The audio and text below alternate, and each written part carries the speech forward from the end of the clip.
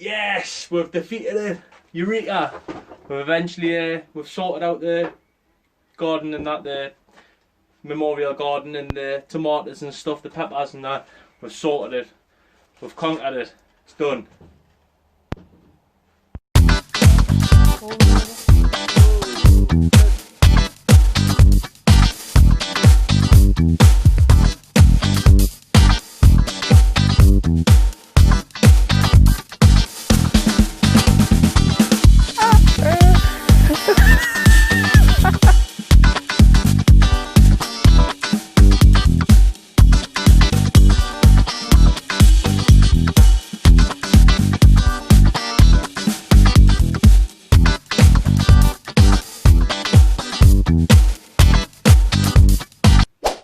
While you're here, hit that thumbs up. Also, pass over to my page and hit that subscribe button. Thanks very much, guys.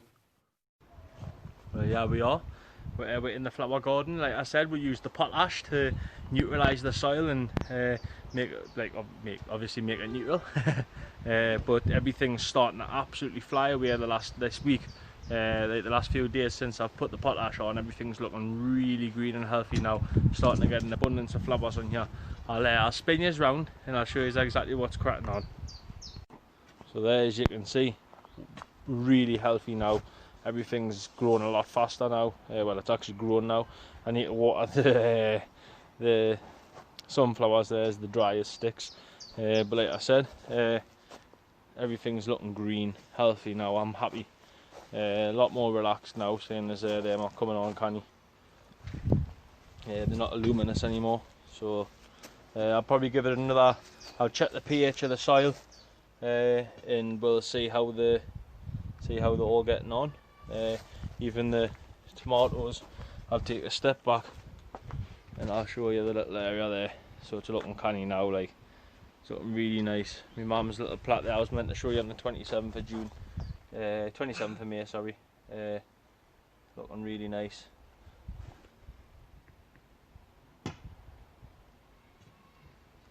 So it's coming on really canny now. I'll take this into the pine tunnel and I'll show you that. I did lose a couple that were completely knackered, but as you can see they've picked up a little bit. They're looking a lot more green, getting a lot more growth on. So jobs are good, and I think I'll give everything a good water on. Yeah, the day cuts was quite warm yesterday and quite warm the day. So the leeks are looking alright. I'll check the pH of that soil as well the day, and I'll check to see how that's going on. So yeah, as you've seen, we've conquered it. It's getting there. I'm getting the fence finished today as well, which is coming along canny. My brother-in-law's here, Craig, he's helping us along with it. He helped us with a lot actually. We've got a new addition to the plot, so I'll get you posted up on that in a minute. So I'll speak to you shortly. So here I am at the top of the plot, the top end of the plot. I've had my plot for, it's coming up 5 years. In the next 8 weeks it'll be 5 years since I got my first plot, 4 years for my second one. And I'll spin you round and I'll show you exactly what the crack is. There we go, little chookies, 8 hens.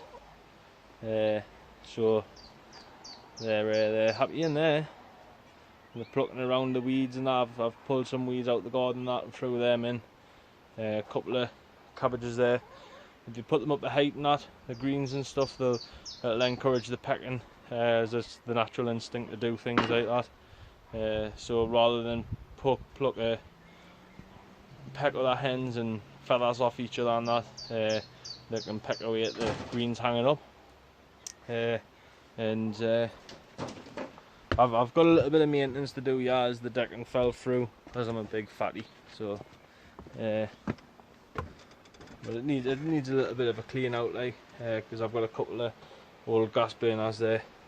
So here we are, inside the coop. They're looking happy in there. Just got them the 8 hens, the X free range hens. I didn't feel comfortable really putting them into a coop and stuff, but I mean they seem pretty relaxed at the minute. They're still getting used to the place and that, but you You can see I've got like roost bars up on the top and that, and stuff like that. I've got the, I'll jump back out here a second. Whoa. Got the little nest boxes in here as well, so oh girls. So I got them quite cheap as well, £4 a hen. It's only cost us £32 for the 8 of them. So like I say, I didn't want to go spend stupid money on them, as you can spend some big bucks on hens and stuff. So yeah, they're in and out of the place now, like they're getting used to it and that, getting familiarising themselves with the surroundings and stuff. I've got like a nice little water bucket thing there for them. I'll top that up before I leave, as they're drinking that quite fast. And then I've got the 3kg feeder inside as well. So I've got, like I said there, I've got the 3kg feeder as well. I've got layers pellets. You can feed them on grain and stuff like that, but I've been told that layers pellets is just as good as anything else. The problem with grain and stuff, they'll eat too much and they'll not lay eggs. The layers pellets, apparently they'll know when they're full, so they don't take any more food on, and keeps them happy. So like I say, I've chucked some spring greens and that, just for a little bit of variety for them and that, and I've pulled some weeds out and they've ate all the weeds, but they're quite happy digging around, scratching around in the looks like one's gone to sleep there. I'll have to put a little roost bar outside here so they can sit up on the roost bars and that. But either they seem canny in there, like they seem happy.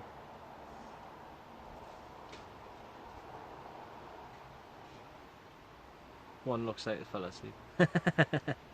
I'll get a roost bar outside though, and then that'll be pretty much them sorted for now. Like they seem happy. So oh, now it's eating. No, it wasn't asleep. Must have been scratching itself or something. Oh wait. But I see how the coming months and years come with chickens. Hopefully get some eggs in the next week or two. They're a year old. So I mean, I haven't read up on what the difference is of getting pointed later a year old, but I don't think it really matters. But like I say, I've been speaking to a lad that's kept chickens for years on here, and he says that about a week's time and they'll start and lay. Fingers crossed, anyways. You know, get an egg a day. So I'll just spin you around quickly.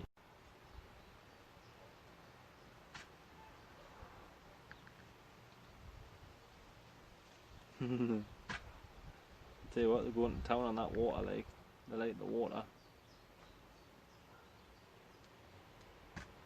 Aye, they're quite nice.